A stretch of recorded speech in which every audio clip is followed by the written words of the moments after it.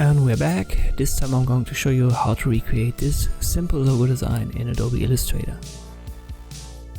Let us start on the view. We've got the smart guides and snap to point activated. We'll first create an ellipse. Hold shift, align it to the center. Now we'll create a rectangle. Hold shift again. And swap the colors so that we have a stroke color and a fill. I'll increase the stroke size over here. Use the selection tool, hold shift and rotate it, just like this. Align it to the center once more. Now activate the line segment tool. I'll make that red for you so that you can see properly. Hold shift when you drag that and align it once more to the center.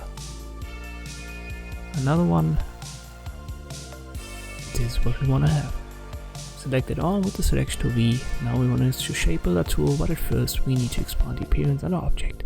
Make sure fill and stroke are selected. Press OK. And now we can use the shape builder tool to create these three shapes.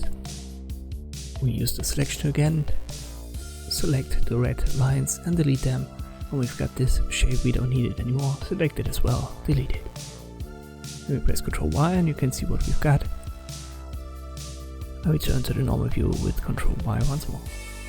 Then we go to Object and ungroup the three elements in the center. And now I can give them different fill colors.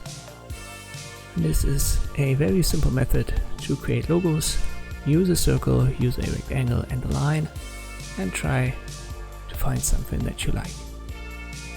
When you resize it, hold Shift and Alt. You can right click and group it. You can add some curvatures to it. So let me ungroup that. I'll show you how that looks like. I press A for the direct selection tool and I shift click on these two anchor points and then drag the curvature circle inwards to create this design.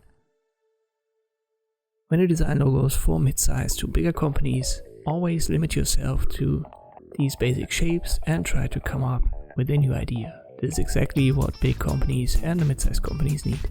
Thank you for watching and I'll see you next time.